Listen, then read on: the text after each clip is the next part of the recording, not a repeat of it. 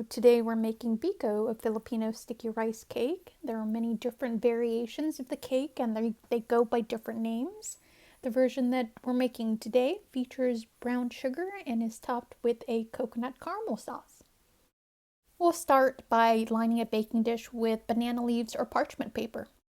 Rinse 2 cups of sticky rice until the water runs clear. Drain it and then cover it with boiling hot water. We'll let that soak for 20 minutes and then strain it and set it aside. Check notes on my website for alternative cooking methods. In a large pot, add 1.5 cans of coconut milk, save the other half can, water, brown sugar or coconut sugar. I prefer unrefined coconut sugar for this recipe, salt, and pandan leaf, which is optional. Cook over medium heat until the sugar has dissolved, then add the rice. Cook for about 15-20 minutes until the rice is soft and the mixture starts to pull from the side of the pot. If you're using it, remove the pandan leaf at this time. Then transfer the rice mixture into the baking dish.